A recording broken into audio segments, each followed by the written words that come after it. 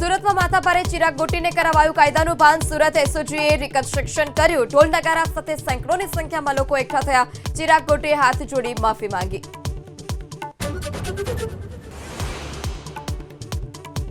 પ્રતિબંધિત પ્લાસ્ટિક બનાવતી ફેક્ટરી સામે હવે થશે કડક કાર્યવાહી. અમદાવાદમાં હાઈકોર્ટની ટકોર બાદ એએમસીનો નિર્ણય, સોલિડ વેસ્ટ કમિટીનો નિર્ણય.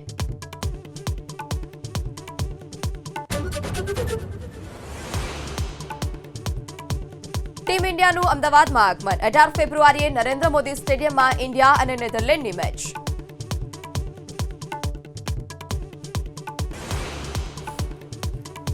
ભાજપે 3 જિલ્લાના પ્રમુખની કરી નિમણૂક. વડોદરામાં ડોક્ટર બલદેવ બ્રહ્મભટ્ટ, ભાવથરાદમાં ડોક્ટર નરેશ ઠાકોર તથા સુરેન્દ્રનગરમાં હાર્દિક ટમાલિયાની જિલ્લા પ્રમુખ તરીકે નિમણૂક.